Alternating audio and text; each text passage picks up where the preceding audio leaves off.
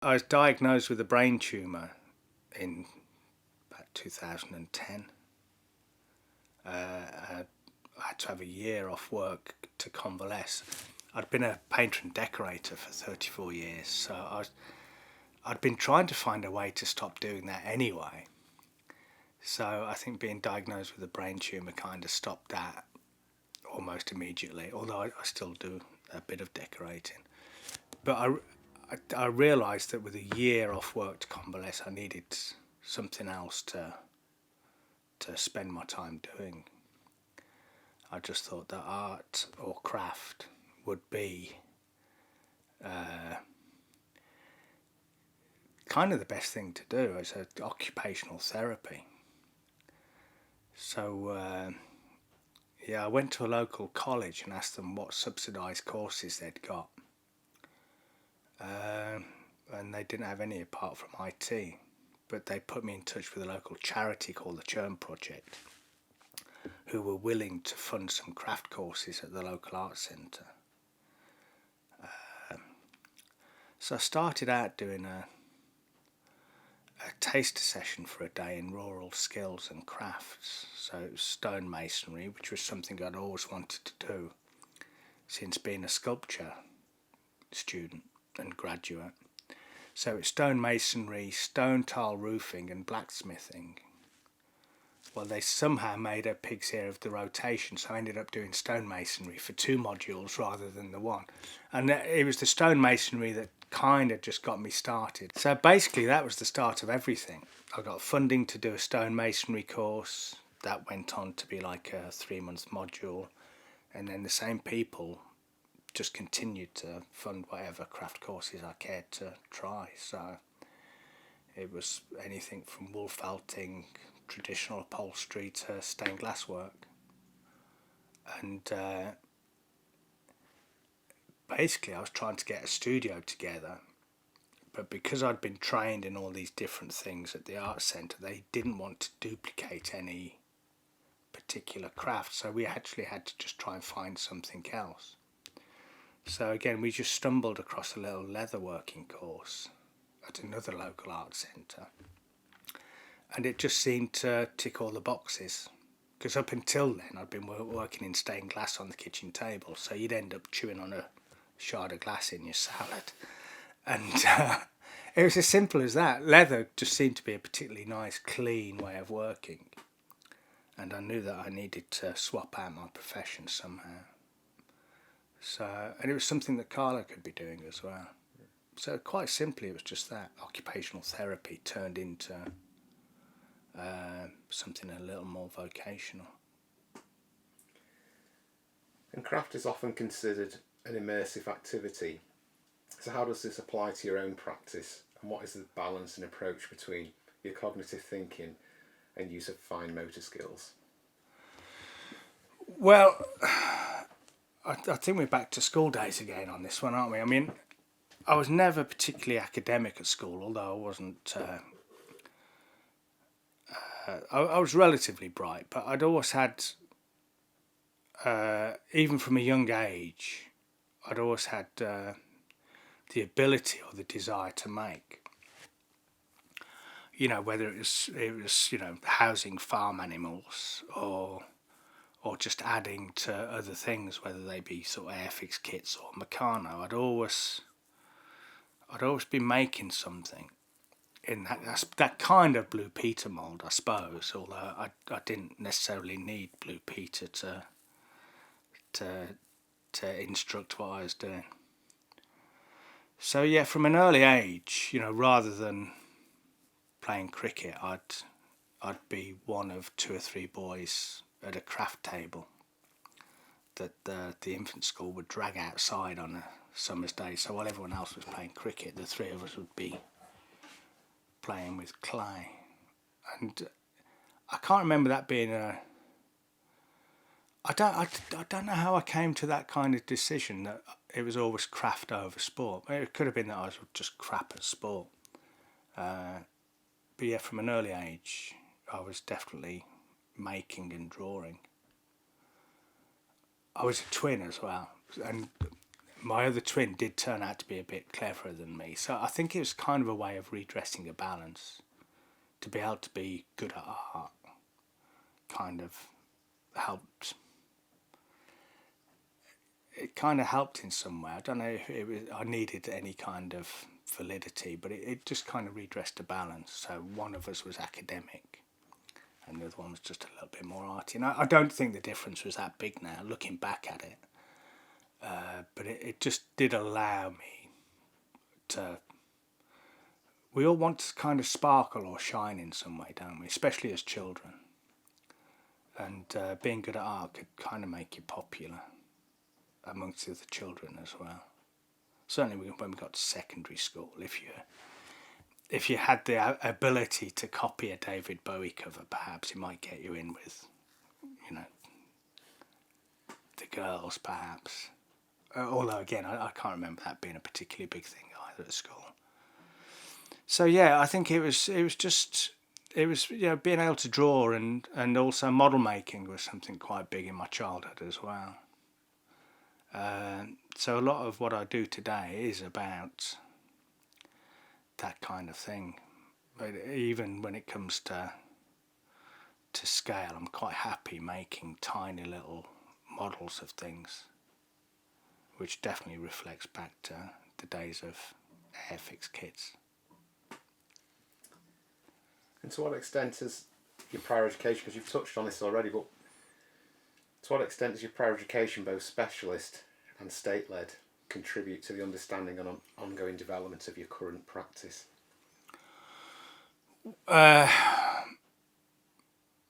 Well, certainly by the time we got to secondary school and I was into stuff like metalwork, I think we had to choose between metalwork and woodwork.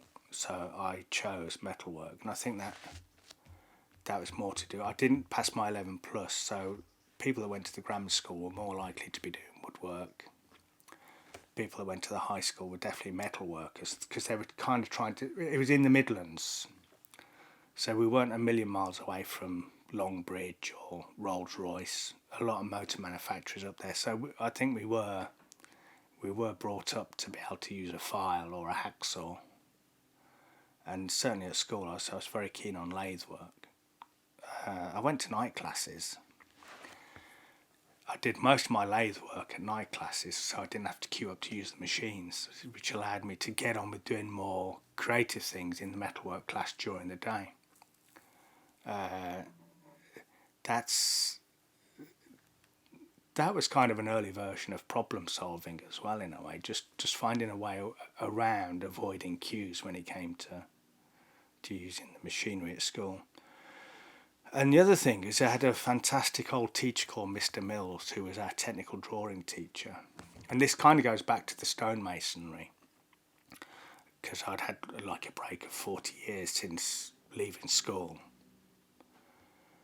And you don't lose things. I mean, that ability to lay out and the analytical nature of technical drawing is something that's still important in my work today. And I think it was the way I was taught by Mr. Mills. He was well into his 80s when he was our teacher. I mean, they dragged him out of retirement to come and be a teacher. I'm kind of very glad they did, because he was a lovely old man. And it wasn't just about learning how to draw. It was about respect as well, which a lot of school teachers couldn't really command at the time. But I think there's a way he treated us all as equals, and actually encouraged us to teach each other as well, which was virtually unheard of in any secondary school in those days. But he'd say, if you can't figure it out, ask the guy next door, and if he doesn't know, ask the guy behind. So that definitely had made a big impression on the way I work. And following on from that, how does your practice continue to evolve? And are there any additional factors or inherited knowledge that contribute to this? Well, I think our practice continues to evolve in as far as that, we're self-taught, so there's still an awful lot of things out there that we have yet to learn. Certainly when it comes to technique and sort of just how we work the materials.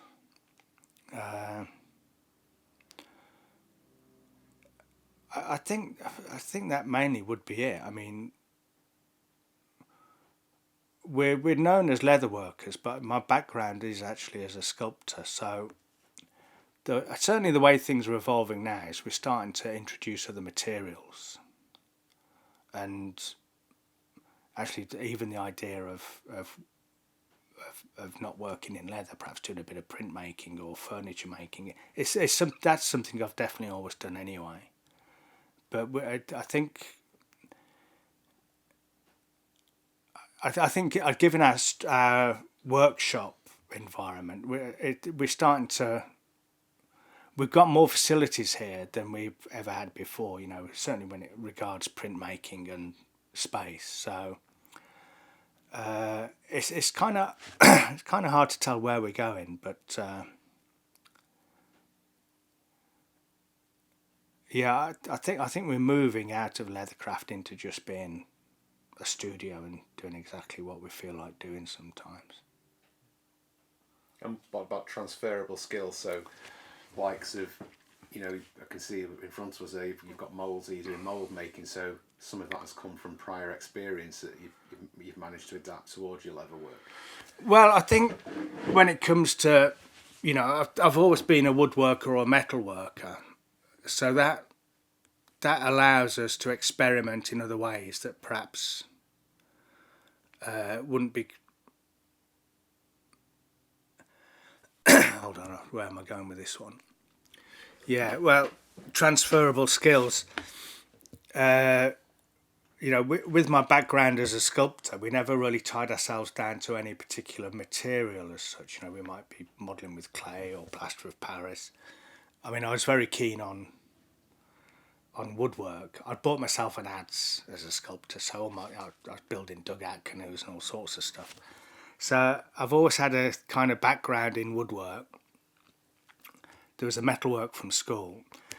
So I think the way our work is progressing is largely dictated by what you're able to do, and I've got more than a rudimentary knowledge of woodwork and metalwork. So it kind of allows us to. We've referred to it as multi-material integration in the past. It just means to say we mixed media, or we use different materials. So we're never bogged down by the idea of having to make a leather bag. It could be made out of anything, and depending on its practical use, we might revert to using plywood or extruded aluminium tubing.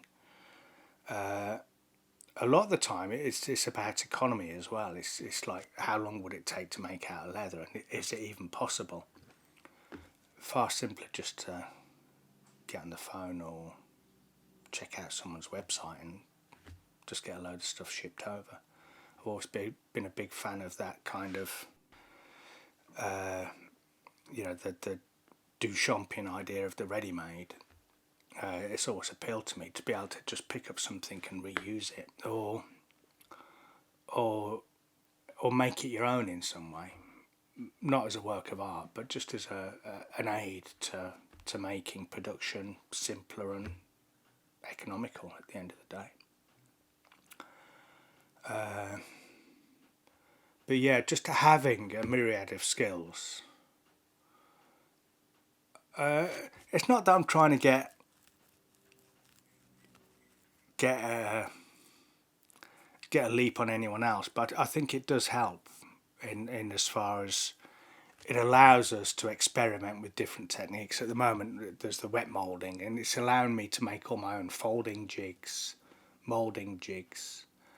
So it more than just another kind of feather in the hat. It's a really usable skill that I've called on after, it's stuff I learned sort of 40 or 50 years ago. Even, I went to foundation course at a technical college. We even learnt a little bit of jewellery making, which again is something I've started to work into our leatherwork, just as small accessorising basically. And definitely had a rudimentary knowledge of graphics at technical college. But even something like that is, it allows us to do everything in house. We kind of have a stab at everything. Yeah, I think that's about it, really. Finally, how do you see the future of craft, both in its present guise and in response to global, political, social, economic, and environmental changes? Yeah, in a way, I kind of like to think we're all going to have to be part of this kind of great.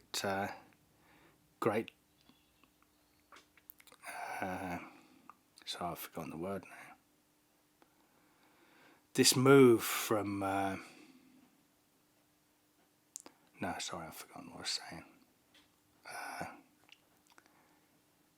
Transition is the word I'm looking for. This idea that the oil's going to run out. We're already running out of fossil fuels, like coal. The idea that at some point we're going to go back, we're going to revert back to the horse and cart.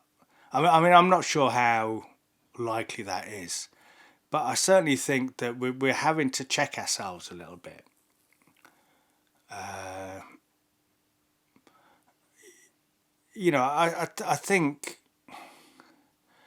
think craft is more than just like some kind of Luddite reaction to technology and modernity, but I think there's still a real want and need for people to make things. Certainly speaking personally, I just can't imagine a world where I didn't make something. This kind of goes back to a previous question about how did I start this, because with the brain tumour I started to lose my vision as well. I started to lose sight, and as an artist I thought that was just catastrophic. So that was like a major thing about me getting involved in craft or returning to craft. I don't think I ever left it, but for me, it's really important to be making. It could be anything, like I say, it could be sofas or stained glass, or I could be. I like to think I have the hand skills to do almost anything. Although I've been proved wrong on many a times. I'd make a lousy blacksmith, and there are plenty of things I can't do. I'm not sort of being shouty about it, but I'm not quite sure in terms of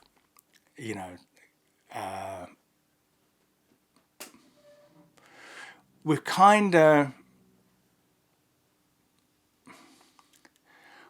of losing things, and sometimes I think we lose things for a good reason. Like there's not. I think we lost one of our the last Fletcher a couple of years ago, and the guy that made the horse collars for pulling ploughs and carts and whatever. Well, the reason we've lost those is that we don't transport things with carts anymore, and our armed forces aren't too well versed in using the longbow either. So it stands to reason. I mean, I think it's a real shame that we've lost those traditional crafts and skills. And I like to think there'd be an archery club out there that will use a longbow. But it's understandable. It's kind of evolution, isn't it? The fact we're going to lose some things. Although, we've kept the Thatchers. I think there's a couple of pub sign makers still, and the Coopers. So I think as long as we need the barrel makers, we'll carry on using them. And I'd rather be drinking beer out of a barrel than a keg, basically. And likewise, I'm a big fan of Scotch. We need a sherry cask to be making a decent Scotch whisky.